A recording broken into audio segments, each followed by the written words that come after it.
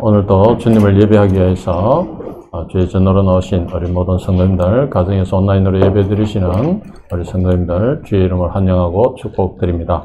찬양대 주악에 맞춰서 다 같이 묵상으로 기도드리도록 하겠습니다.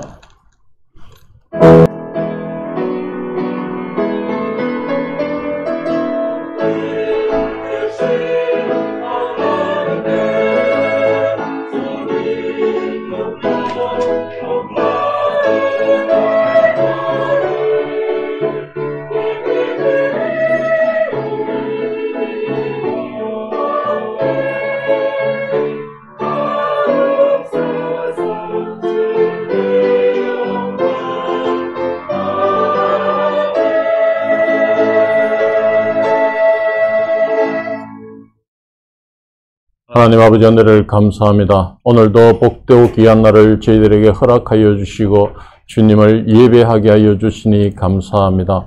주님, 저희들의 나옴을 주님 받아주시고 저희들이 모든 성도들이 주님 앞에 올려드리는 찬양을 기뻐 받아주시며 우리 온 성도들이 마음의 여러 가지 문제 또 감사의 기도를 주님 앞에 올려드립니다. 하늘 문을 열어주시사 그 간절한 기도에 응답하여 주시옵소서.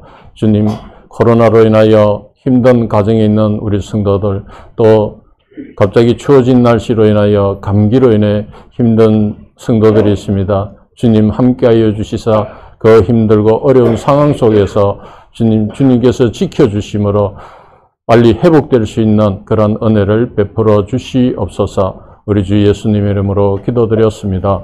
아멘. 다 같이 찬송 드리겠습니다. 찬송가 95장 나의 기쁨 나의 소망 되시며 찬양 드리겠습니다.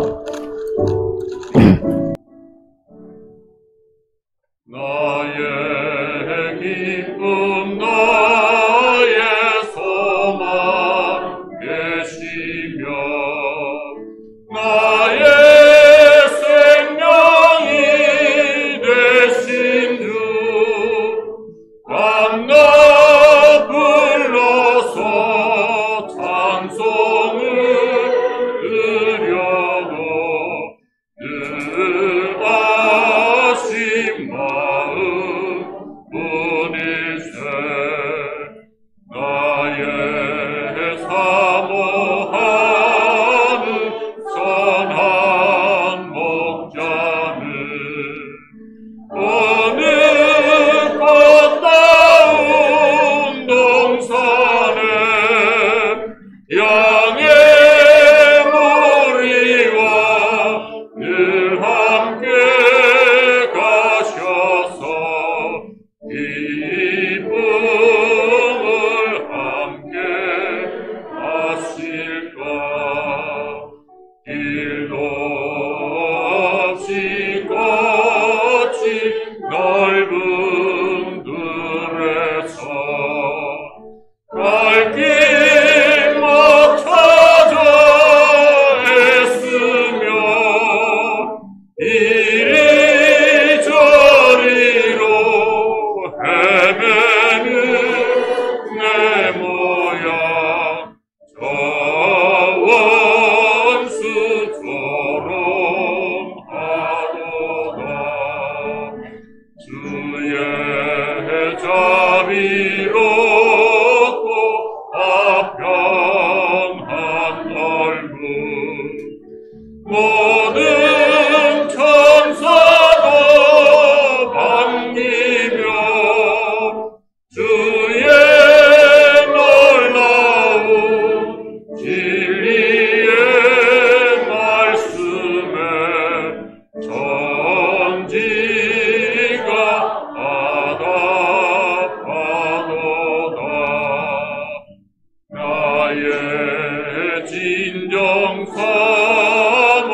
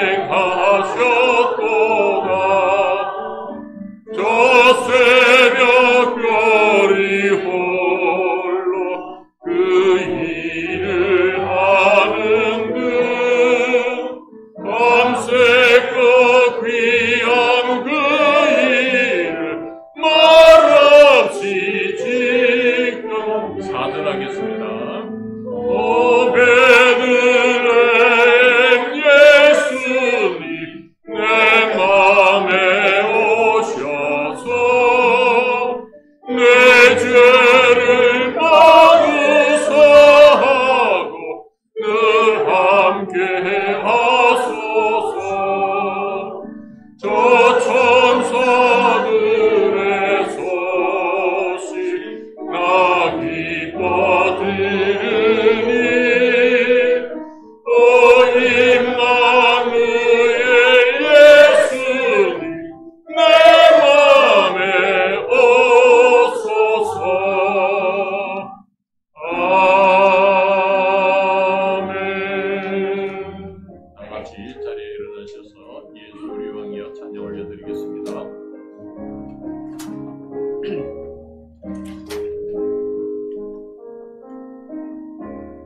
예수 우리 왕이여 이곳에 오셔서 우리가 함께 드리는 영광을 받아 주소서. 우리는 주님의 백성, 주님은 우리 왕이라. 왕이신 예수님 오셔서 좌정하사 다스리소서. 예수 우리 주시여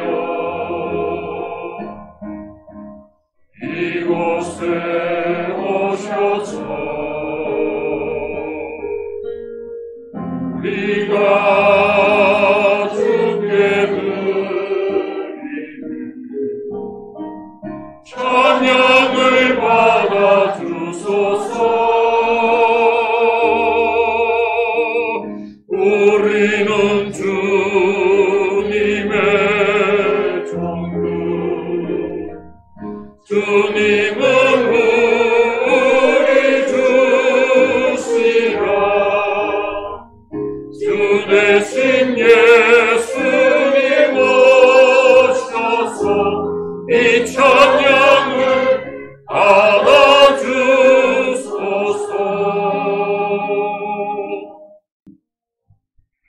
삼중에 천사 내려와 그 섬의 빛 받들고서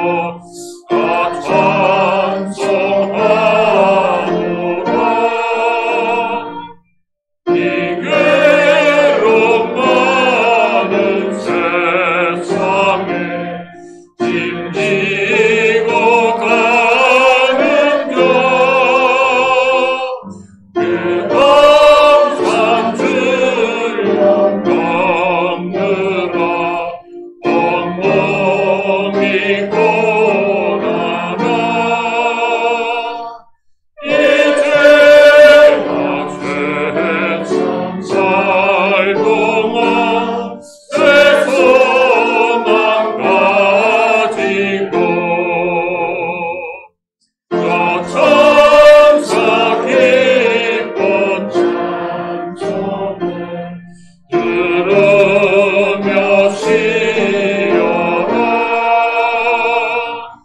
옛 성기에 언급하여 베들레헴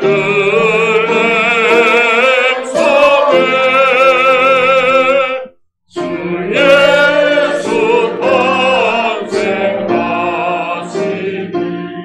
온 세상 구주라. 저 천사 기쁜 노래를 또다시 부르니 온 세상 사는 사람들 다 받아라.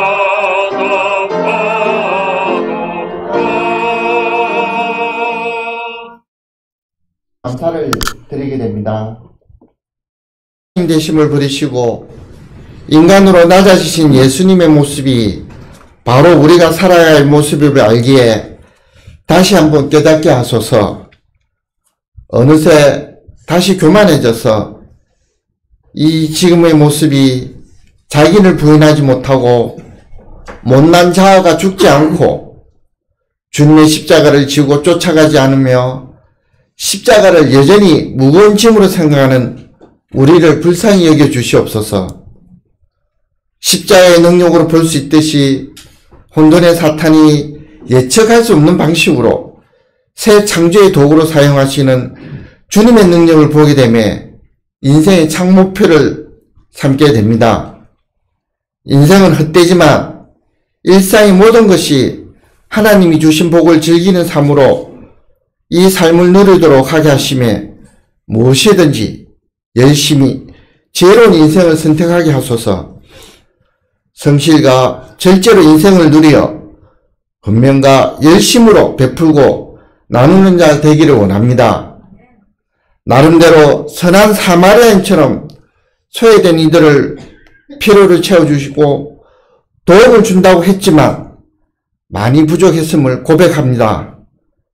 나눔이 지금보다 더 풍성해진, 더욱더 풍만해지고 소외된 이들의 지혜로운 삶의 나눔으로 이 지역에서 주의 복음이 진화해져서 주님께 이 땅에 오신 참 성탄의 의미를 알리게 하소서.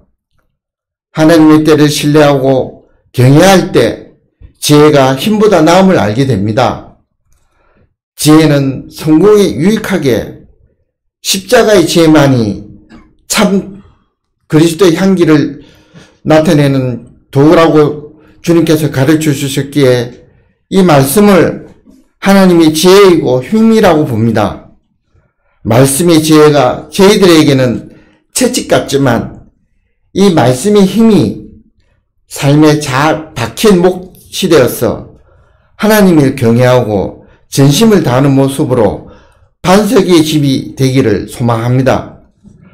삶이 다하는 순간까지 하나님을 기억하며 그 하나님을 경외하고 아름다운 성도가 되기를 원합니다.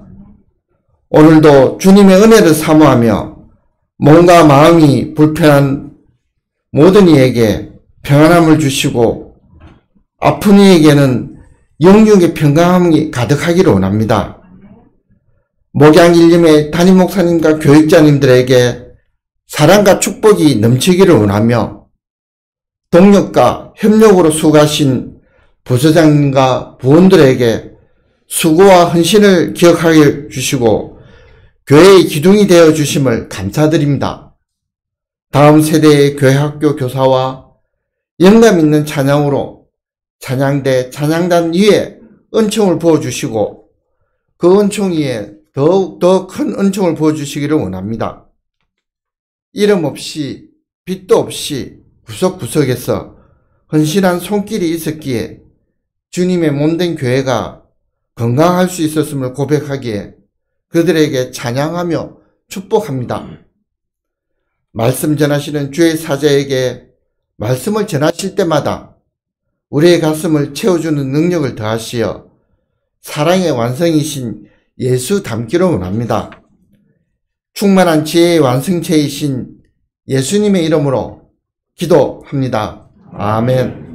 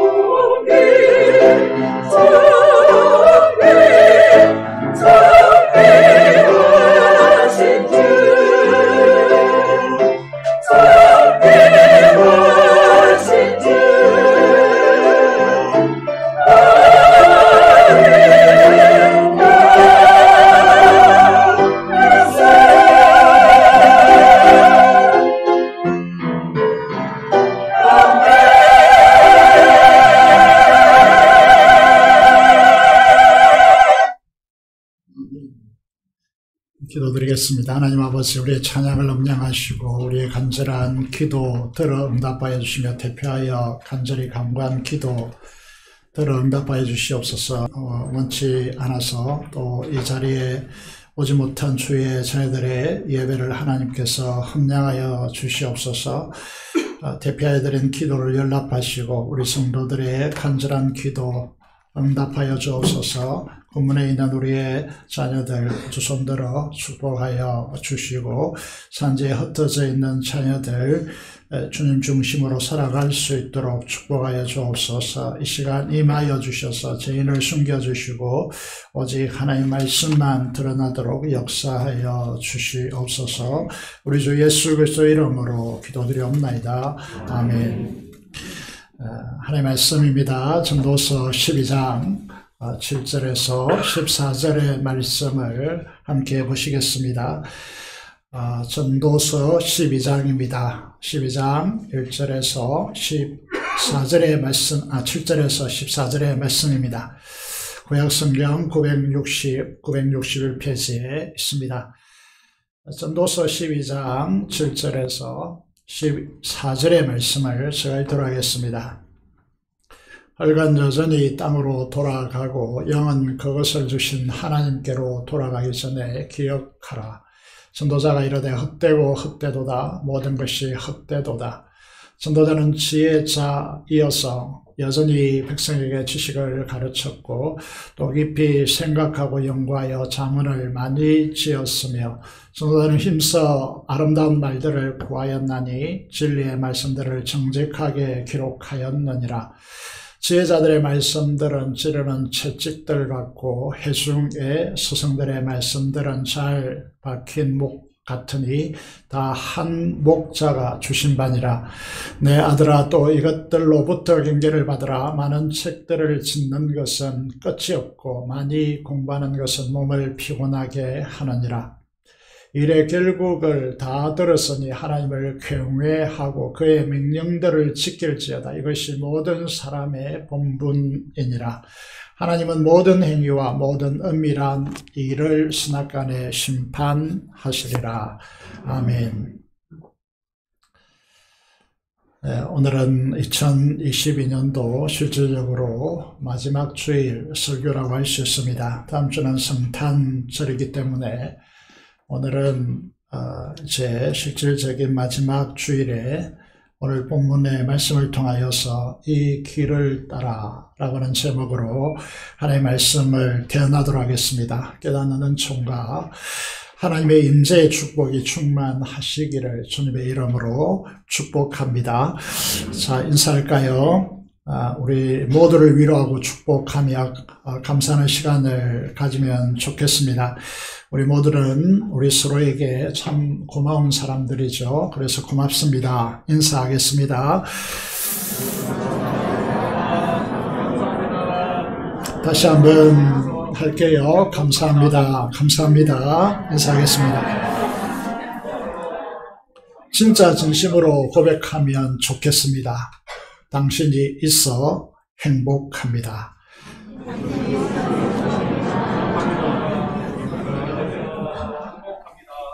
진짜죠? 네. 목사님 때문에 행복합니다. 감사합니다. 오늘 전도서 12장 1절에 이렇게 시작하고 있습니다. 너는 청년의 때에 너의 창조주를 기억하라 말씀하고 있습니다. 이건 청년들만의 메시지, 청년들만을 향한 메시지가 말씀이 아니죠. 왜 그렇습니까? 인생은 늘 이렇게 착각합니다. 해와 빛과 달과 별들이 어둡다는 것은 시력을 다했다는 것이죠. 비 뒤에 구름이 다시 일어난다는 말은 기력을 다해 몸져 누워서 아무 일도 할 수 없는 날에 이르렀다는 말입니다. 그 이유를 3절에서 이제 여러 가지 정성에 대해서 3절의 6절까지 풀었었습니다. 이런 인생의 끝이 찾아오기 전까지는 사람들은 늘 자신의 인생은 청춘이다 이렇게 생각하는 것이죠. 하나님께서 말씀을 통하여 우리에게 말씀하고 있습니다. 인생은 티끌로부터 왔습니다. 우리의 몸은 육신은 흙으로 돌아가고 영은 하나님께로 가며 해 아래 모든 수고할 것이고 발음을 잡으려는 것이다. 이런 전도서의 말에 인생들은 콧방귀에 낍니다. 왜냐하면 늘 청춘이라고 착각하기 때문이죠. 그래서 모든 일을 자기 중심으로 자기 기준에 따라서 돌아가야 한다는 세계관으로 자신만만해 합니다. 여러분, 구약의 솔로몬이 대표자라면 신약의 대표자는 사도 바울이라고 할 수 있습니다. 그는 박사학위가 5개 정도는 정도가 되는 엄청난 지식인입니다. 권력의 중심에 서 있었습니다. 거기에다가 지식을 갖춘 뿐만 아니라 엄청난 열정을 가진 행동가였습니다. 지식인이 무서운 것이 아니죠. 그런데 거기에 행동을 동반하는 지식인은 정말 무서운 사람입니다.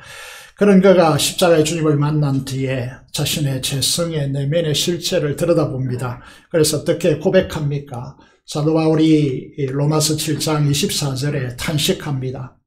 영혼이 거듭났지만은 하나님의 자녀가 되었음에도 불구하고 여전히 사망의 몸을 가진 공고한 사람임을 그가 깨닫습니다. 제가 사망 안에서 왕노릇하는 이 세력에 육신이 잡혀 있음을 깨달은 것입니다. 그 실제를 보여드리겠습니다.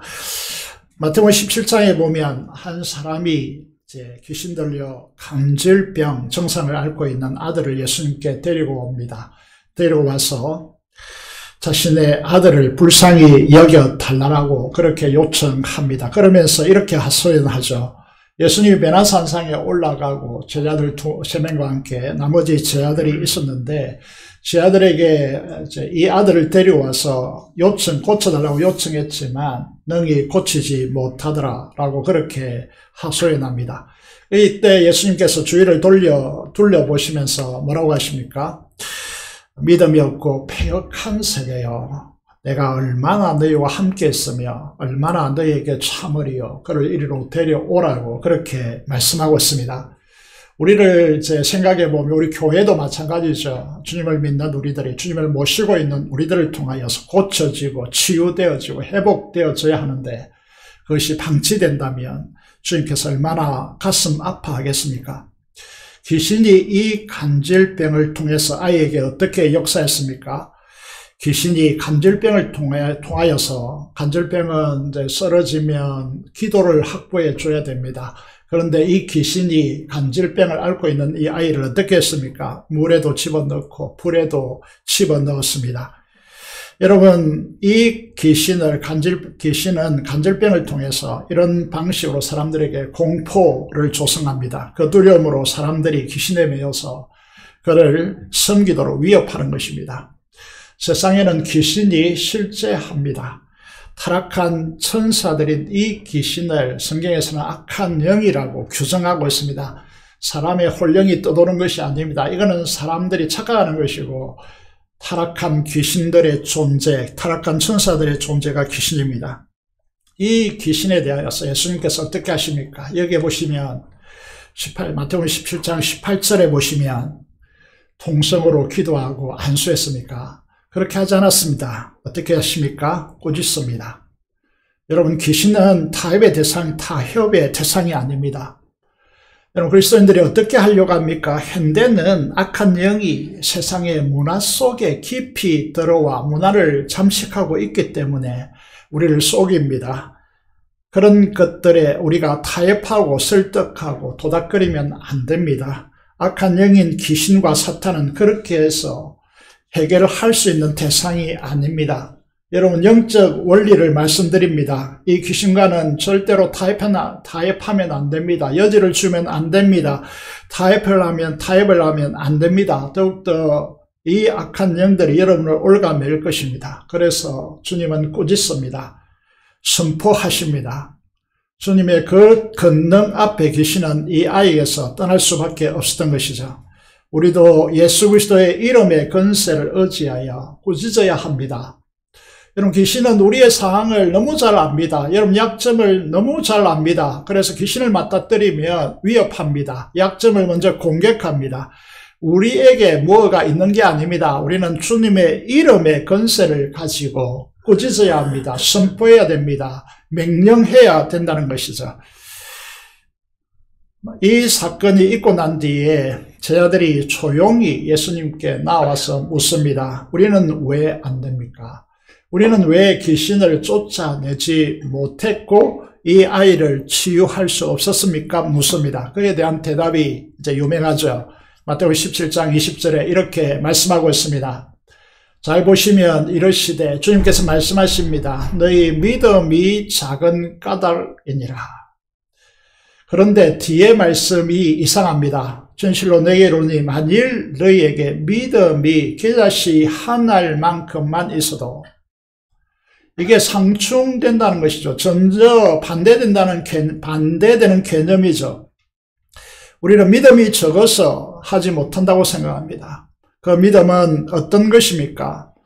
주님, 우리가 생각하는 방식이 아니라는 것입니다. 우리가 생각하는 방식에 믿음이 적어서 귀신을 쫓아내지 못한 것이 아니라는 것입니다. 믿음이 적은 까닭이라고 하는데 우리가 생각하는 방식에 믿음의 적음이 아니다라고 주님께서 말씀하십니다. 예를 들어서 이제 우리가 이해하기 쉽게 비유를 든다면 서해의 벤산반도로부터 이제 전라남도까지 긴 이어지는 서해만 간척 사업이 현대에서 거대하게 이루어졌습니다. 근데 그 마지막 부분에서 이제 썰물과 밀물에 이제 이게 속도가 너무 이제 빨라서 돌을 아무리 갖다 부어도 바위 같은 돌을 부어도 다 쓸려가 버리는 것이죠. 무용지물이었습니다. 그때 어떻게 했습니까? 지식 전문가들과 박사학위 가진 사람들 아무리 불러놔도 이 문제를 해결하지 못했습니다. 초등학교 나왔나요? 현대 전주현 회장이 어떻게 했습니까? 큰 배를 가지고 와가지고 거기에 띄워놓고 거기에 이제 바위를 쏟아부은 것이죠. 그래서 이 문제가 해결되었습니다. 세상의 능력, 세상의 지혜와 성상이 가지고 있는 그런 경험을 가지고 해결할 수 없는 것들이 수없이 있죠. 그럼 믿음이란 무엇일까요? 여기 화면을 보시면 이 말씀을 듣고 한 집사님이 자신에게 이렇게 적용시키고 있습니다. 마태복음 17장 17절을 자신을 향한 말씀으로 드는 것이죠. 믿음이 없고 패역한 세대여, 나에게 하시는 말씀이다. 믿음이 없고 타락한 자신의 이름을 짐이다. 이렇게 말하고 있습니다. 믿음이 없으면 기적도 일어나지 않는다고 적고 있고 겨자씨만큼의 믿음만 있어도 기적이 일어난다. 여기에 이제 인생을 거는 것이죠. 이걸 이제 어디에 적용시킵니까? 자녀들에게 적용시키는 것이죠. 우리 자녀들에게 이 믿음의 기적이 일어나기를 원한다라고 하는 것이죠. 우리가 생각하는 믿음의 크다라고 하는 이 개념을 어떻게 잡고 있습니까? 성경을 한 100번 정도 읽고 하루에 이 기도를 한 2시간 정도 하면 산을 향하여 명령하면 바다에 던져질 것이다. 이렇게 생각합니다. 여러분, 이거는 주님께서 말씀하시는 믿음이 아닙니다. 우리에게 달려있는 것이 아닙니다. 천지를 창조하신 주님께 달려있다는 것이죠. 하늘 위의 지혜는 뭐라고 말씀하십니까? 주님이 말씀하시는 믿음이 무엇입니까? 하늘에서 이 땅에 오셔서 죄와 사망의 권세를 이기시고 하늘로 올라가신 그 주님과 연합하는 것이 믿음입니다. 중요한 말씀이죠. 우리의 영원한 지혜와 능력과 권세는 어디에 있습니까? 우리에게 있는 것이 아닙니다. 주님께 있으며 그분과 믿음으로 연합함에 있습니다. 그렇다면 우리에게 중요한 문제는 무엇이겠습니까? 이 사실을 안다면 전도서 12장 9절에서 12절을 요약하여 보면요, 이렇게 되어 있습니다.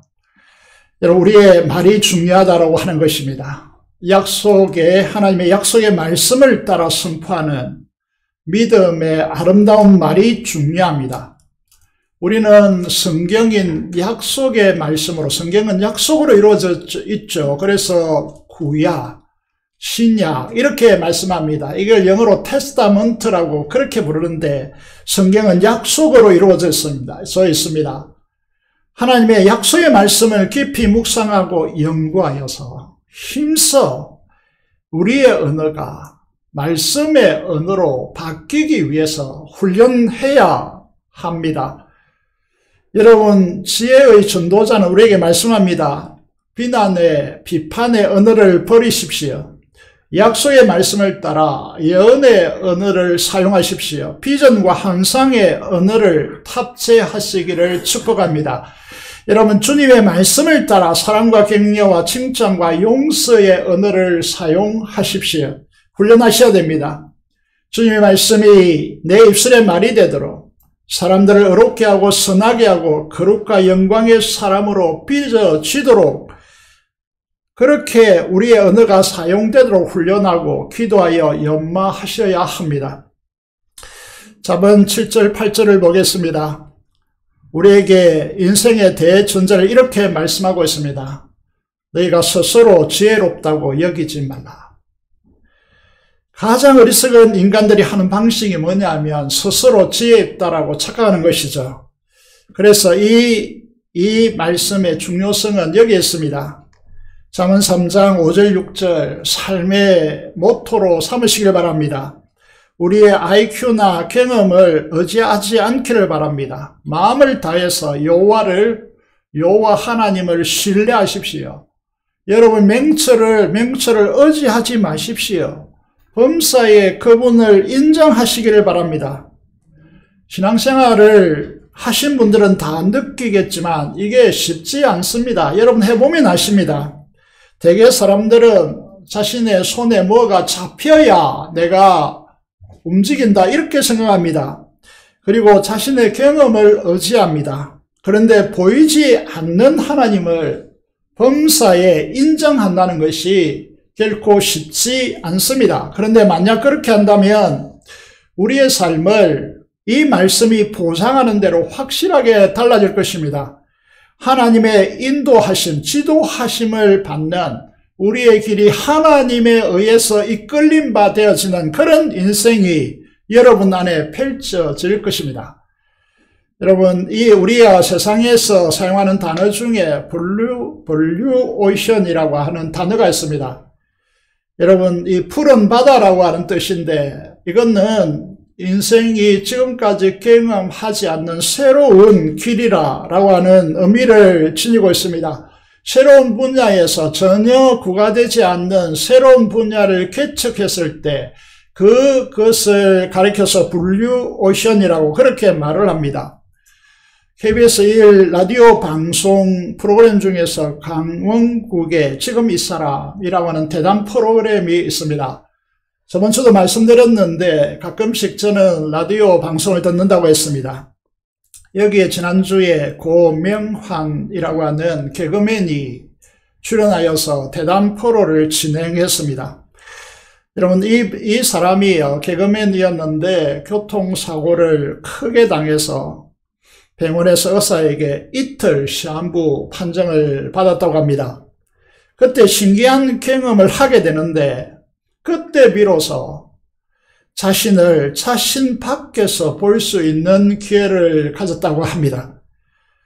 그 후에 그는 인생이 완전히 전환되어집니다. 그가 이제 지난주에 이렇게 말했습니다. 지금까지 나는 3,000권의 책을 읽었다. 지금도 늘 가방에 하루에 7권의 다른 책을 들고 다닌다. 이렇게 말합니다.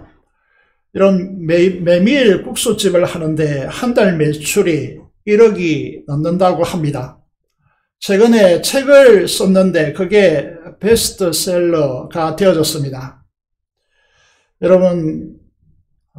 뭐라고 적혔습니까? 책 읽고 매출의 신이 되다라고 하는 책이 읽어봤는지 모르겠습니다만은 최근에 수많은 사람들에게 읽혀지고 있는 책입니다. 사랑하는 여러분, 고명한 작가가 말하듯이 자기 밖에서 자기를 볼 수 있는 지혜. 우리는 어떤 사람들입니까? 주님과 그 말씀으로 이 우주를 초월하시고 창조하신 주님의 시선을 가지고 그분이 우리 안에 계시기 때문에 그분으로 인하여서 우리 밖에서 우리를 볼 수 있는 그런 사람이 하나님의 자녀이고 그리스도인들입니다. 이런 사람들은 어떤 일을 해야 됩니까? 블루오션의 새로운 길을 터서 이 시대에 희망을 잃은 사람들에게 희망을 주어야 됩니다. 잠시 소개를 드린다면 한국교회는 2030년이면 평균적으로 볼 때 이 한국교회는 교회학교, 주일학교가 없어집니다. 그렇게 된다면 이 나라는 어떻게 될까요? 다음 세대가 이렇게 태어나지 않는다면 어떻게 되겠습니까? 우리 민족에게 새로운 신인류가 출현해야 됩니다.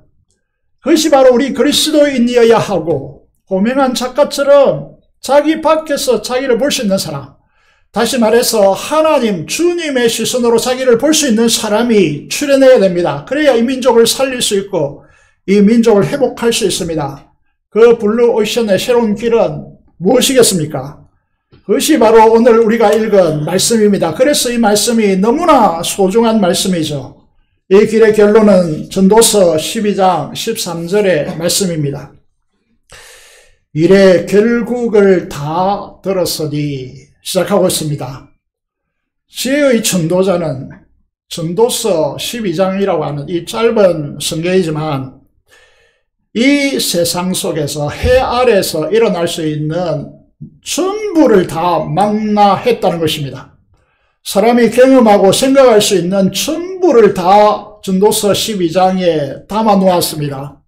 그리고 내리는 결론입니다. 무슨 이 한 절이 그렇게 중요합니까? 중요하게 보이십니까? 의문을 표하는 분이 있을 수 있겠지만 진짜 중요합니다.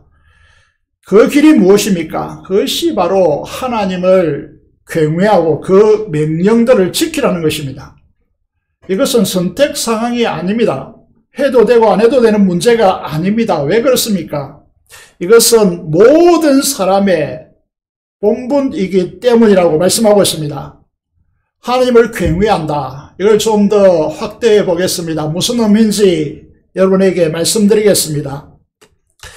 우리가 신앙이란, 믿음이란 무엇인가를 정의할 때 이렇게 정의합니다. 하나님을 향한 헌신이다. 이렇게 말씀드릴 수 있습니다. 이 하나님을 향한 헌신이 믿음인데 이 신앙에는 세 가지 요소를 가지고 있습니다. 그 세 가지 요소가 무엇입니까? 저는 삼각형을 좋아하는데 삼위일체 하나님, 또 이렇게 삼각형을 자주 제가 표현합니다.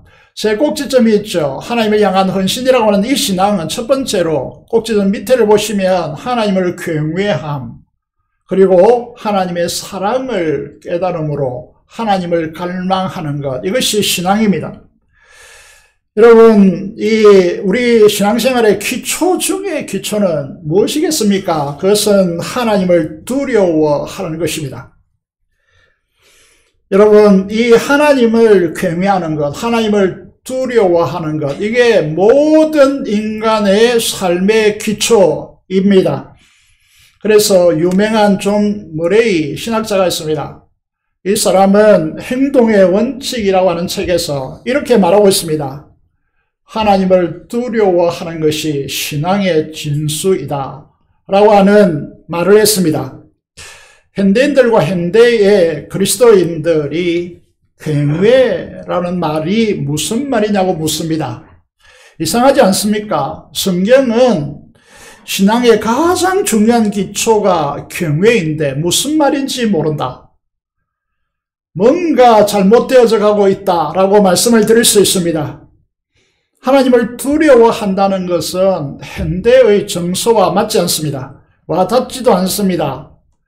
경외한다는 것은, 하나님을 두려워한다는 것은 죄로 인한 공포로 불안해한다라고 하는 의미가 아닙니다. 여기에서 대부분의 종교가 발생했습니다.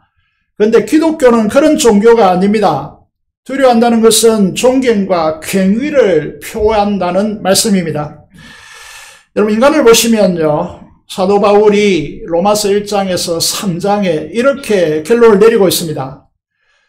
죄로 하나님의 진노 아래 살아가는 인간은 신에 대한 두려움을 당연히 가져야 합니다. 그런데 하지만 실제로는 어떻게 합니까? 거꾸로 갑니다. 로마서 3장 10절의 말씀을 보면 저희 눈앞에 하나님을 두려워함이 없다라고 적고 있습니다. 죄를 가진 인간이 하나님을 두려워해야 하는데, 죄를 지으면 두려워해야 되는데 현대의 정서는 거꾸로 가고 있다는 거죠. 두려움이 사라지고 있다는 것입니다. 지옥에 들어가도 나는 괜찮다라고 하는 방식으로 지금 가고 있다는 것입니다.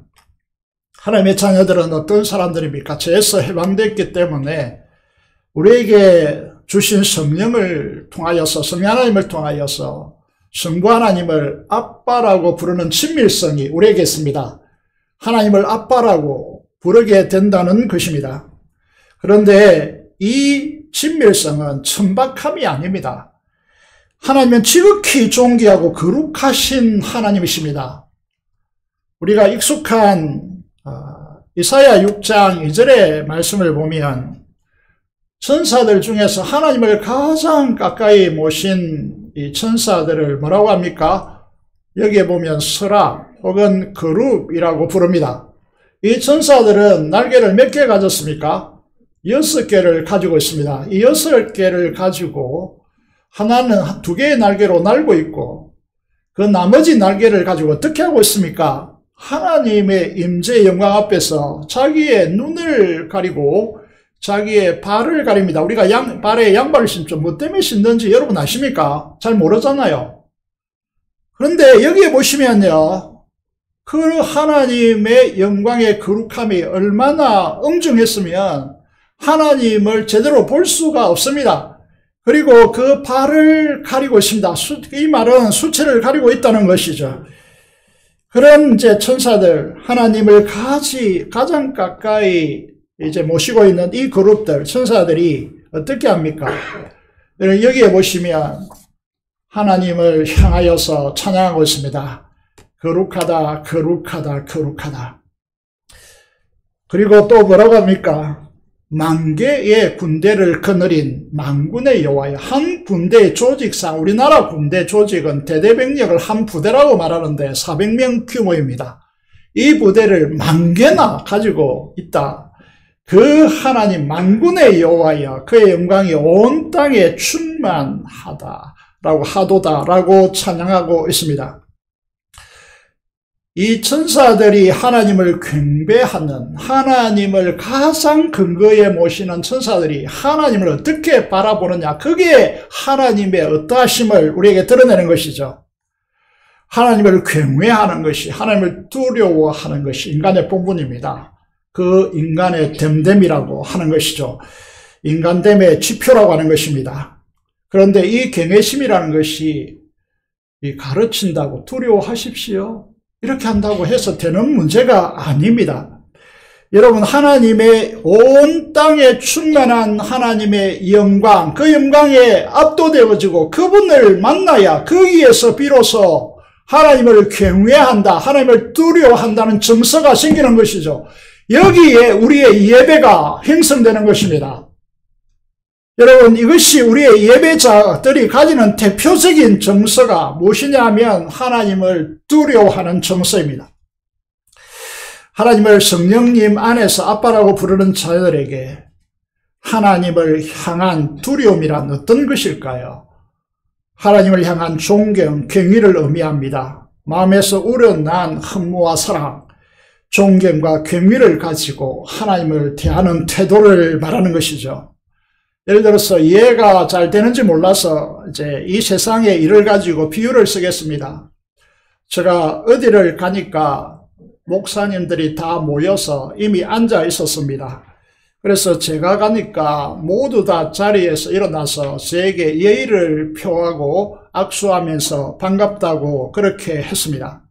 하물며 하늘의 하나님께서 우리에게 오셔서 우리의 예배를 받으시는데 대통령이 이 자리에 온다면 우리는 일어서지 않을 것입니다. 왜? 하나님이 더 높기 때문입니다.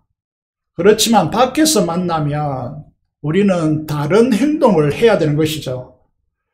여러분 오늘 경외는 하나님의 진노가 아니라 그분의 위엄과 거룩함과 비할 데 없는 영광에 초점을 맞추고 그분의 합당한 예를 표하는 것입니다. 이것이 영어로 워십이라고 합니다. 워십을 한글로 뭐라고 번역합니까? 예배라고 번역합니다. 그분이 가지고 있는 그분의 인격적 가치에 합당한 예를 표하는 것, 이게 예배입니다. 여러분이 섬기시는 하나님이 어떤 분이십니까? 그분에 대해서 그 최고의 예를 표하는 것, 이것이 경외심이라는 것이죠. 문제를 내볼까요? 주님의 12 제자 중에서 주님을 가장 사랑했다라고 그렇게 자신했으며 가장 가까이에서 따랐고 음식을 먹을 때 가장 가까이 예수님의 몸에 기대어서 음식을 먹고 제자들이 그 제자에게 이 좀 말씀을 전달해 달라고 했던 인물이 있습니다. 누굽니까? 사도 요한입니다. 너무나 친밀했던 사도 요한이 부활하시고 승천하시고 하늘의 보좌에 앉으신 주님을 만났을 때 그가 어떻게 되었습니까? 우리가 지금 섬기는 예수님이 이런 분이죠. 성귀하신 주님을 사도 요한이 그렇게 친밀하게 대했던 예수님을 만났을 때 그분을 보고 그 발 앞에 엎드려 어떻게 되었다고 했습니까? 죽은 자 같이 되었더라고요. 이 예배의 현장을 보세요. 우리 예배의 현장이 어떻는가를 여러분들이 볼 수 있기를 바랍니다.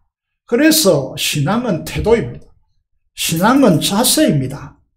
참된 신앙은 하나님을 경외하지 않고서는 행성될 수가 없습니다. 이것이 없이는 어떤 신앙인이 될 수 없습니다. 자기가 믿는 하나님은 자기 생각으로 자기를 위해서 만들어낸 하나님이 아닙니다. 이게 제국주의 황제들이 실수한 겁니다. 자기 우상을 만들어서 자기를 신격화하고 신 위에 높여 놓았습니다. 이게 대표적으로 나타나는 것이 출애굽기 32장의 금송아지 우상입니다. 이게 하나님이라고 이스라엘 백성들이 섬긴 것이죠. 하나님을 경배하고 찬미하는 진정한 예배는 마음으로부터 공경과 경외와 경외심으로부터 길러집니다. 이 예배가 준비되지 않는다면 여러분 이 자리가 어떤 가치를 지불하더라도 최고의 가치로 부과되지 않는다면 우리는 하나님을 경외한다고 볼 수 없는 것입니다. 그래서 제가 한때 몸담았던 선교단체의 부회장이었던 제리 브리치저가 경건이란 무엇인가, 신앙이란 무엇인가 라고 하는 이 질문에 대해서 이런 답을 내어놓았습니다. 진정한 신앙은 사랑과 자비와 은혜의 하나님을 보기 이전에 우리 대부분은 간증하는 것을 들어보면 사랑과 자비와 은혜의 하나님이라고 이구동성으로 말합니다. 그런데 이걸 보기 이전에 먼저 비할 바 없는 지극한 영광과 위엄과 거룩함 가운데 계시는 하나님을 응시하고 바라보는 것이 경건이라고 그렇게 말하고 있습니다. 하나님을 알았나요? 그 임재의 영광을 경험했다면 어떤 성도가 될까요? 하나님이 가지신 절대적 권위, 위엄, 거룩함, 영광, 능력을 시인하고 인정하고 찬양하게 되었습니다. 그리고 하나님을 향한 경외심이 그의 삶의 생활 양식을 지배하게 됐습니다. 그가 회의를 하든지 그가 어떤 자리에 대화를 나누든지 하나님을 향한 두려움이 그의 삶을 지배하게 된다는 것이죠. 이런 사람만이 하나님의 사랑에 참으로 감사할 수 있으며 감격할 수 있습니다. 거룩함의 영광스러운 하나님과 죄를 범한 피조물 사이에 무한한 감격을 그는 보게 되었습니다. 이 감격을 누가 메꾸는 것이죠? 예수님의 십자가가 메꾸는 것입니다. 이게 복음입니다. 선지자요 제사장이었던 이사야는 하나님의 영광의 임재 앞에서 이 감격을 보고 뭐라고 했습니까? 아, 내가 하나님의 선지자입니다. 내가 하나님의 제사장입니다. 이랬습니까? 아닙니다. 하루도 안 나여 망하게 되었더라고 울부짖었습니다. 베드로는 주님의 영광을 목격하고 어떻게 했습니까? 주여 나는 죄인입니다. 주님을 감당할 수 없사니 나를 떠나소서라고 했습니다. 참된 신앙인은 거룩하고 의로우신 주님의 진노 아래 있었다는 사실을 결코 잊지 않습니다. 죄인된 우리를 구원하시기 위해서 이 땅에 오셔서 지옥 형벌을 받으시고 우리를 구원하신 그 주님의 사랑을 어찌 잊겠습니까? 절대로 잊지 못합니다. 이 두 가지가 복합되어 나타나는 것이 신앙입니다. 이게 신앙의 진수라고 하는 것이죠. 그래서 복음의 진수를 깨닫는 사도 바울은 어떻게 고백하고 있습니까? 디모데전서 1장 15절을 보겠습니다. 무엇보다 모든 사람이 받을 만한 이 말이여 그리스도 예수께서 죄인을 구원하시려고 세상에 임하셨다 하였도다. 여기까지가 복음입니다. 그 다음에 반응이 무엇입니까? 죄인 중에 내가 괴순이라. 죄인 중에 내가 수견이라. 라고 그렇게 고백하는 것입니다. 우리들의 신앙의 정서 속에 이 고백이 있습니까? 이 고백이 사라지면요, 신앙은 굉장히 위험스럽게 되는 것입니다. 위험천만한 신앙으로 변질되는 것입니다. 이 사실을 여러분들이 아셔야 됩니다. 우리가 무한한 위엄과 거룩과 지극한 영광 중에 계시는 하나님을 바라보면 더 볼수록 어떤 현상이 일어납니까? 갈보리 골고다 언덕에 쏟아져 내린 그분의 십자가의 그 보혈의 사랑에 놀라움을 금치 못하고 더욱더 경이로움의 시선을 가지고 주님을 바라보게 되었습니다. 이것이 신앙입니다. 그럴 때 우리가 어떻게 합니까? 이 두 가지, 하나님을 경외하고, 왼편에 하나님을 경외하고 오른편에 하나님의 사랑을 깨달아가면 우리는 꼭지점 어디로 향하게 되었습니까? 주님을 더 원하게 되었습니다. 주님을 더 필요로 하게 되어 있습니다. 이것이 신앙의 진수입니다. 주님을 더 원합니다. 주님을 더 갈망합니다. 여러분 시편 27편 4절에서 그래서 다윗은 여러분 어떻게 고백합니까? 내게 한 가지 하나님 앞에 기도할 소원밖에 없다면 그것은 주님의 전에 주님의 인재에 거하며 그분의 아름다움을 사모하는 그것이라고 다윗이 고백하게 되어지는 것입니다. 우리는 전도서 12장 13절을 한 절을 지금 주목하고 있습니다. 이래 결국을 다 들었으니 하나님을 경외하고 그 명령들을 지키지니라 라고 말씀하고 있습니다. 하나님을 경외한다면 당연히 하나님의 말씀을 어떻게 여길까요? 주님의 명령들에 대하여 엄중하고 무겁게 여기고 귀중하게 받아들이고 그 명령들에 지키기 위해서 애쓰는 사람이 될 수밖에 없습니다. 이거는 연결고리가 분명합니다. 하나님을 경외하지 않으면 말씀 지킬 필요가 없는 사람이 됩니다. 여러분 경외해야 하나님의 말씀을 명령을 소중히 여기고 그것을 지키고자 노력하게 되었습니다. 문제는 무엇입니까? 사람들이 이렇게 생각하죠. 하나님의 명령들, 성경 말씀은 당장 내 생계의 문제, 자식의 문제, 의식주의 문제, 여러분 질병과 고통의 문제, 사업의 문제, 직장의 문제, 무슨 도움이 되냐라고 착각을 일으키게 이 세상은 합니다. 거기에는 말씀이 작동되지 않고 세상에 공부한 경험과 지혜를 가지고 대처해야 된다라고 많은 사람들이 착각합니다. 그건 착각입니다. 여러분 러스티 리스텐베지라고 하는 분이 이런 말을 했습니다. 우리는 때로 하나님께서 과연 내 삶의 세세한 부분까지 관심을 가져주실까? 그렇지 않으실 거야. 라는 이 생각은 신학의 위험천만한 굉장히 위험한 함정이라고 하는 것입니다.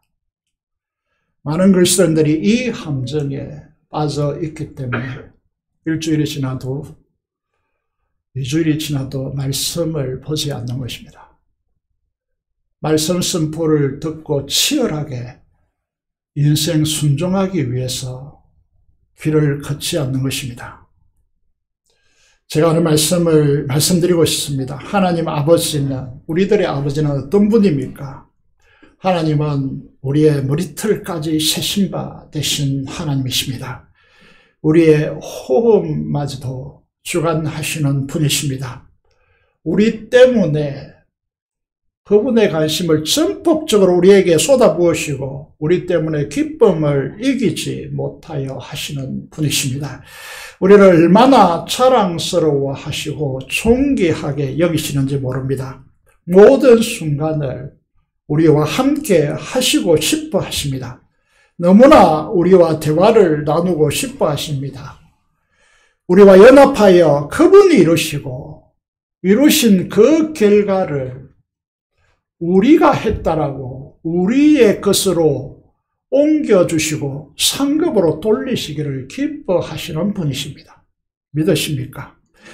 우리는 매일 새벽마다 큐티로 말씀을 대하다 보면 우리 안에 제약의 실제를 보게 되었습니다. 야고보 선생은 그래서 말씀은 자유하게 하는 거울이다라고 말씀하고 있습니다. 말씀의 거울을 통해 아침마다 내 내면이 비춰올 때 때로는 괴롭습니다. 우리 안에 있는 억제하지 못하는 분노, 자제할 줄 모르는 탐욕, 습관적인 비난의 마음과 말뿐이고 행함 없는 진정한 사랑 없는 우리의 마음들, 하나님께 대한 불신의 쓴뿌리들, 용서하고 간용하지 못하는 이중성, 제가 불러오는 이런 고질병적인 정상은 문둥병자, 나병 환자와 같습니다. 우리 스스로 해결할 수 없다라고, 고치지 못하고 관계를 파괴하고 사람들의 마음에서 분리되는 고독한 인생을 만드는 문둥병, 나병 환자와 똑같습니다. 그러면서 인생은 다 그런 거야. 쓸쓸한 인생의 뒤안길에서 서성이는 삶을 많은 사람들이 살아가고 있습니다. 용기를 가지고 주님 앞에 나오셔야 합니다. 주님만이 나병 환자를 고칠 수 있습니다. 믿음으로 주님 앞에 나아가시길 바랍니다. 주여 고쳐주옵소서. 내가 고칠 수 없습니다. 내 내면에 잔재져 있는 이런 내 모습은 내가 고칠 수 없어서 용기를 가지고 주님 앞에 나아가셔야 고쳐진다는 것이죠. 지금 왜 우리들에게 경외심을 가지고 그 명령들을 지키라고 말씀하십니까? 거기에 태양, 해 아래의 삶이 아니라 하늘 위의 삶이 전개되기 때문입니다. 마태복음 8장 8절 이하에 보면 하인의 질병 때문에 예수님께 나온 백부장이 있습니다. 예수님이 가서 고쳐주리라고 말씀하십니다. 그러자 백부장이 뭐라고 응답합니까? 말씀만 하옵소서. 무슨 의미입니까? 예수님을 그냥 인간으로 보지 않았습니다. 예수님을 전능하신 능력의 주로 인정하고 그분을 존귀히 여기고 그분의 말씀 한마디가 한마디로 천지가 움직였던데 이 하인의 병 하나를 고칠 수 없단 말입니까? 말씀 여기에 계셔서 굳이 그곳에 가지 않아도 말씀만 하십시오. 그러면 고쳐집니다. 라고 하는 고백을 하게 되는 것입니다. 여러분, 그런데 우리 대부분은 이런 경외심과 하나님의 명령을 연결하는 순종이라고 하는 연결고리를 우리는 연결시키지 못합니다. 왜? 신뢰가 없으면 그 말씀들의 위력을 믿지 못하는 것이죠. 경험을 얻어나고 자신의 한계된 지혜를 하나님 말씀보다 더 신뢰하자는 태도입니다. 하늘의 능력, 하늘 위의 지혜로 살지 못하는 어리석음의 인생길에 우리는 서 있지 않는지 이 시간에 돌아볼 수 있기를 바랍니다. 자, 젊은이들 부르는 찬양 중에 그 길을 따라라고 하는 찬양이 있습니다. 이 찬양을 부르면서요, 굉장한 은혜를 받았는데 우리는 누구라는 것입니까? 주님께서 나를 부르신 은혜의 길 따라. 우리가 이해해야 되는 가장 중요한 단어가 은혜라고 하는 단어입니다. 주님께서 은혜로 나를 불렀습니다. 나를 부르신 은혜의 길 따라. 그러면 우리는 어떻게 살아가야 합니까? 우리는 주님과 함께 하늘 보좌 위에 이미 안침받은 사람들입니다. 거기서 파송된 사람들이고요. 그래서 나를 보내신 파송받은 자로 사는 우리는 어떻게 살아가야 됩니까? 주의 명령들, 주의 진리를 따라, 진리의 길 따라 살아가야 합니다. 어떻게 살아가야 합니까? 여러분 무엇에 여러분의 인생을 드리고 있습니까? 내 모든 것 드리며 내 삶을 드리며 어디에요? 주를 예배하며 나아가는 이곳에, 진리의 길을 따라가는 그곳에 여러분의 전부 모든 것, 여러분의 삶을 드리시기를 주의 이름으로 축복합니다. 그러면 하늘의 길이, 주님의 길이 열린다는 사실을 믿으시기 바랍니다. 하나님의 형상대로 창조받은 우리들이 예수 그리스도의 십자가 부활로 죄와 사망의 권세를 정복하고 하나님의 자녀로서 영광과 거룩에 이르는 길이 어디에 있습니까? 하나님을 경외하고 그 명령들을 지키는 데 있습니다. 여기에 내 모든 것을 드리며 내 삶을 드리며 주를 예배하고 삶의 예배자로 걸어가시는 복된 역사가 여러분 인생 속에 벌어질 때, 일어나게 될 때 주님께서 우리의 삶을 통하여 이루시는 산이 들려 바다에 던져지는 새로운 길의 역사를 우리가 목격하게 될 것입니다. 결론입니다. 오늘 제목이 무엇입니까? 이 길을 따라 라고 하는 제목입니다. 우리는 어떤 길을 걷습니까? 하나님을 경외하고 그 명령들을 지키는 것입니다. 지난주 설교를 마산교회 한 집사님이 듣고 이 악보를 보내주셨더라고요. 우리 교인들은 한 사람도 이 악보를 보내준 분이 없는데 마산교회 집사님이 이 악보를 보내주셔가지고 주 동하면 나 동하고 주 정하면 나 정하리. 이 제목이 뭐냐면 임마누엘입니다. 임마누엘.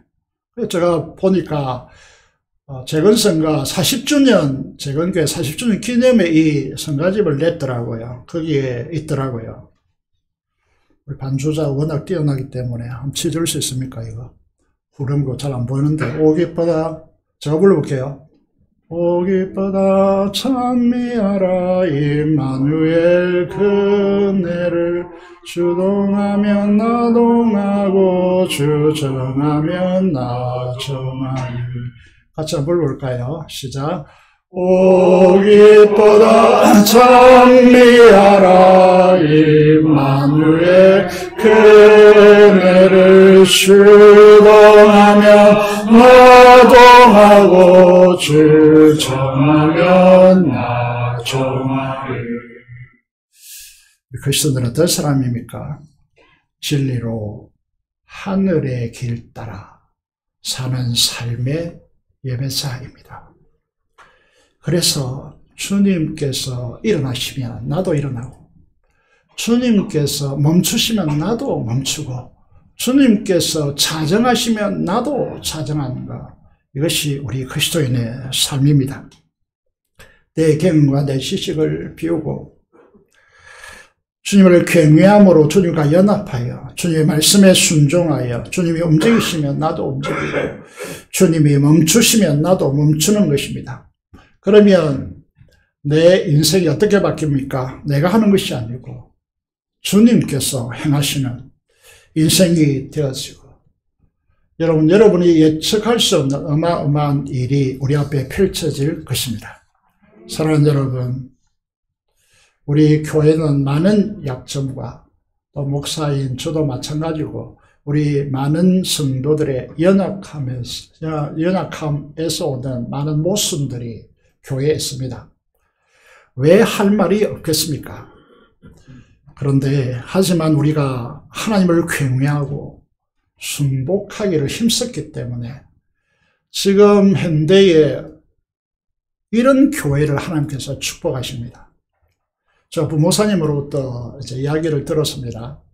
세계의 교회가 있는데 전에 이제 울산교회에서 오신 목사님 부흥회에 오셔가지고 예산이 50여 개였는데 이 코로나 시국에 100억 이상 넘었다 그랬고, 얼마 전에 이제 부목사님이 말씀하시기를 거기에 청년부가 60명 정도 되었는데 지금은 180명이 되었다는 거죠. 여러분, 하나님을 경외하고 그 말씀을 따르는 이 순종의 길에 들었으면 우리의 예측을 벗어난 주님의 일이 펼쳐짐을 확실히 믿으시기를 바랍니다. 우리 교회도 하나님께서 지난 한 해 동안 많은 축복을 부어주셨습니다. 많은 새신자들이 들어와 있고 2004년 예산 처음으로 5억 이상의 예산 편성을 하고 거기에 진입해 가고 있습니다. 사랑하는 재건부산교회 성도 여러분, 그리고 이 영상을 보는 성도 여러분, 이 영원한 하늘 위의 길로 그 길이 진리를 따라감으로 주님과 연합하여 주님이 이루시는 복된 인생이 여러분 앞에 펼쳐지기를 주님의 이름으로 축복드립니다. 하나님 서로 기도하겠습니다. 하나님을 경외하고 그 명령을 지킴으로 하나님 하늘 위에 길을 걷는 복된 인생이 되도록 하나님께서 우리를 축복하여 달라라고 기도하시고 민족의 봉화와 통일과 파손된 선교사를 위하여 하나님 앞에 한 음성으로 통성으로 기도하도록 하겠습니다.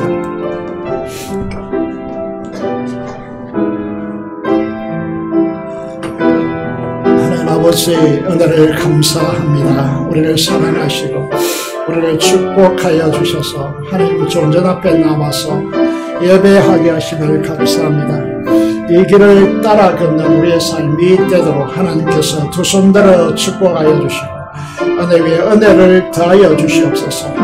하나님 아버지 우리 모든 성도들이 하나님을 경외하고 그 명령들을 지킴으로 참된 행복을 누릴 수 있도록 주께서 역사하여 주시기를 간절히 손을 드립니다. 민족의 복음과 통일과 파손된 선교사를 위해서 하나님께 기도합니다. 하나님께서 두 손 들어 축복하여 주시고 은혜를 베풀어 주시기를 간절히 손을 드립니다. 하늘 위에 축복으로 임하여 주시옵소서. 감사를 드리며 우리 주 예수 그리스도 이름으로 기도드리옵나이다. 아멘. 이 시간은 좀 특별한 시간을 갖도록 하겠습니다. 봉기도를 드릴 텐데요. 여러분 이한리 교수 나오셔서 하나님 앞에 특송을 드리겠습니다. 함께 특송을 하나님께 드리면서 헌금하도록 하겠습니다.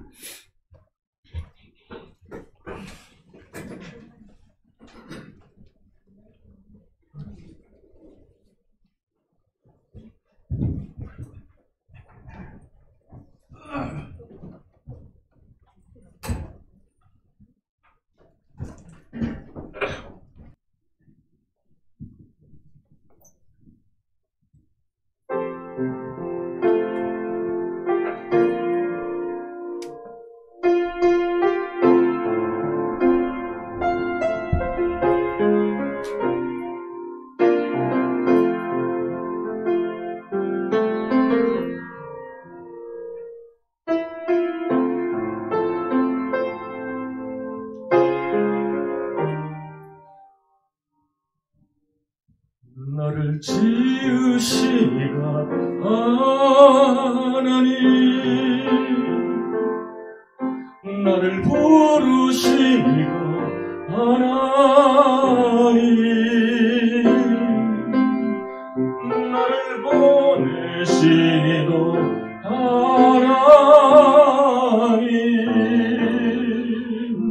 하나님, 나의 나 된 것은 하나님 은혜라. 나의 달려갈 길 다가도록 나의 마지막으로 다하도록 나로 그 십자가 품게 하시니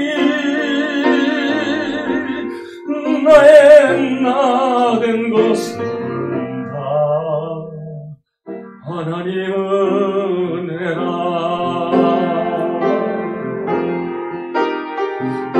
한량없는 은혜, 갚을 길 없는 은혜, 내 삶을 사는 하나님의 은혜, 나 주저함 없이 그 땅을 밟음으로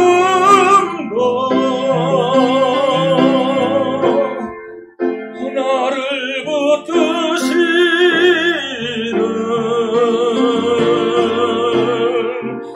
하나님의 은혜.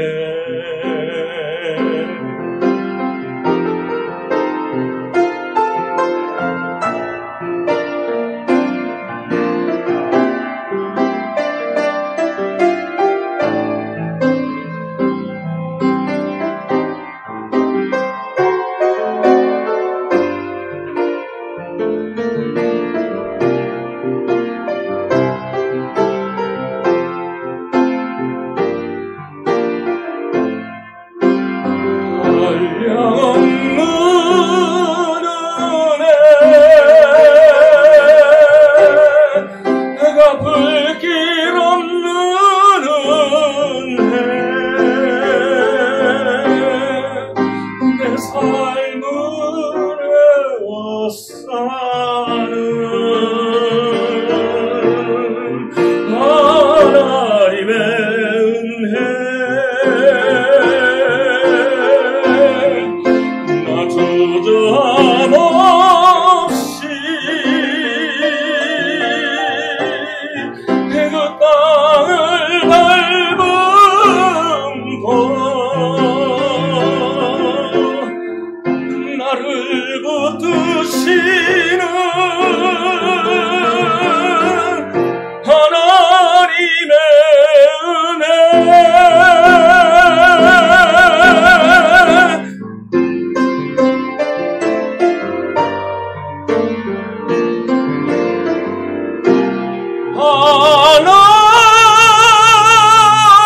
하나님의 은혜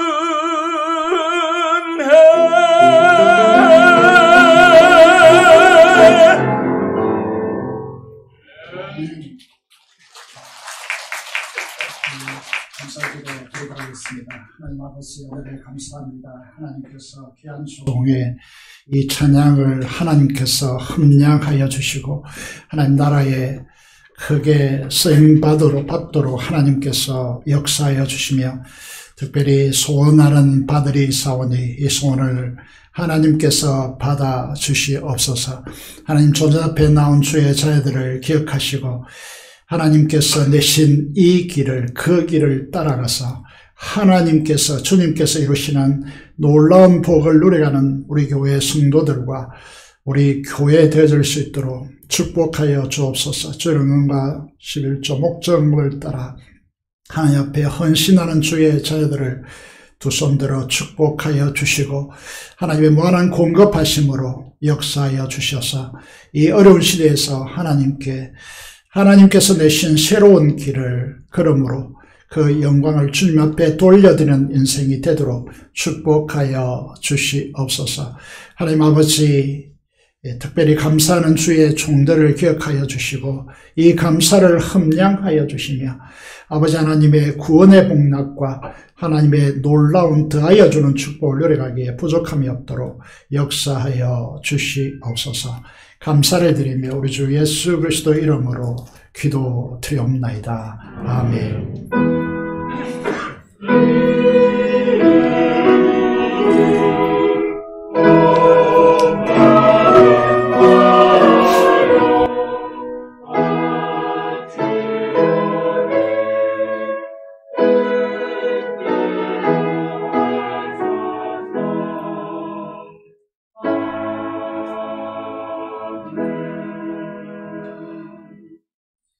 소식을 말씀드리겠습니다. 정책 단위가 계속되어지고요. 성탄절 행사가 24일부터 이루어지게 되었습니다. 24일은 부산 진역 새롭게 마련된 문화 시민마당에서 이제 동구청에서 종교 색채를 가지 말고 캐롤성을 부르라 이렇게 말씀하셔가지고 이제 주님께 그 광장에서 상징적으로 동구 지역에서 우리 교회가 그곳에서 주님의 나심을 드러내고 하나님께 영광 돌리기를 원합니다. 그래서 그 주변에 성탄절 선물을 나눠주고 또 그 장소에서는 주님의 나심을 감사하는 캐롤송을 부르게 됩니다. 많은 분들 참여하여서 동참해 주시면 감사하겠습니다. 성탄절 새벽 예배가 25일 30분에 이루어지고 마당 찬양으로 하나님께 영광 돌리겠습니다. 그리고 25일 11시 10분은 여러분 주변 또 우리 동구 지역에 이제 독가하시는 분들 다 초청하여서 예배를 드리고자 합니다. 함께 기도해 주시면 감사하겠습니다. 성탄절 오후 예배는 2시에 드리고 학부모 총청 주일학교 발표회와 축제를 가지겠습니다. 그래서 이 날에 여러분들이 하나님의 주님의 나심을 축하하고자 한다면 우리 교육자실로 연락해 주시면 여러분이 발표하는 시간 또 찬양하는 시간을 드리도록 하겠습니다.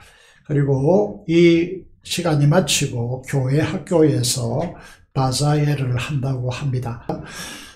그리고 이태인 선교사님 저번에 오시려다가 코로나로 못 오셨는데 오늘 오후에 오셔서 말씀 전하시고 선교 보고도 하신다고 합니다. 많은 참여 부탁드리겠습니다. 오늘 건사회 총회가 있고 교육자 수련회가 내일부터 수요일까지 그제도 영북교회에서 가집니다. 많은 기도 부탁드리겠습니다.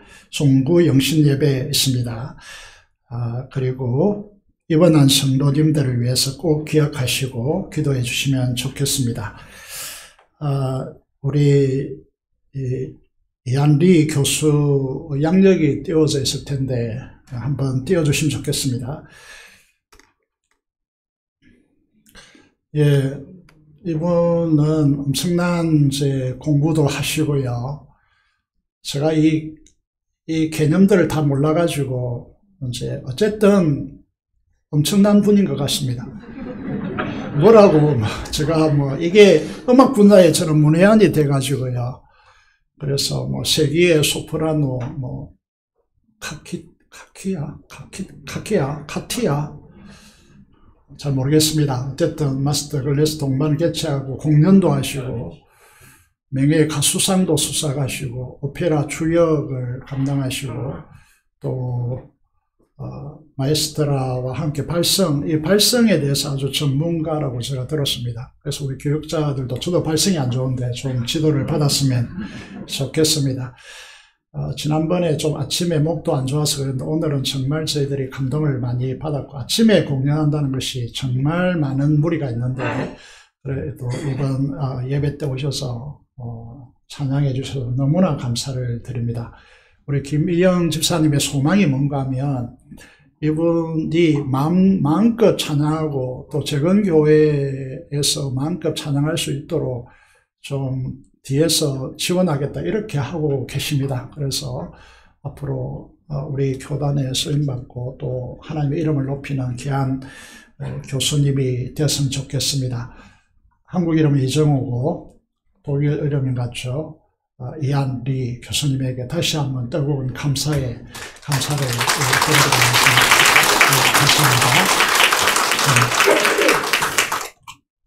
그리고 어제 결혼하셨는데 윤진욱 전도사님 어제 결혼을 해서 저희들이 축하를 했습니다. 우리 교회에서 3년 동안 사역을 했고요. 그리고 이제 잠시 나갔다가 재건교회가 너무 진리다 이래서 다시 재건교회에 돌아와서 사역을 시작합니다. 그래서 우리 신학교에 다시 입학하고 재건특산교회 전도사님으로 부교육자로 사역하게 되겠습니다. 1월부터 사역합니다. 많이 기도해 주시면 감사하겠습니다. 부부 나오셔서 다시 인사하겠습니다.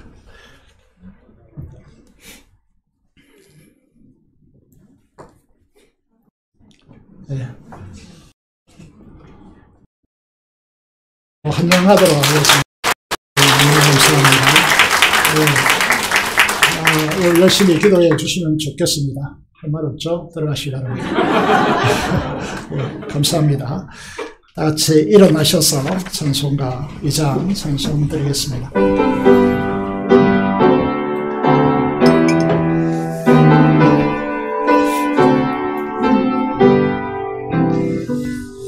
찬양 성부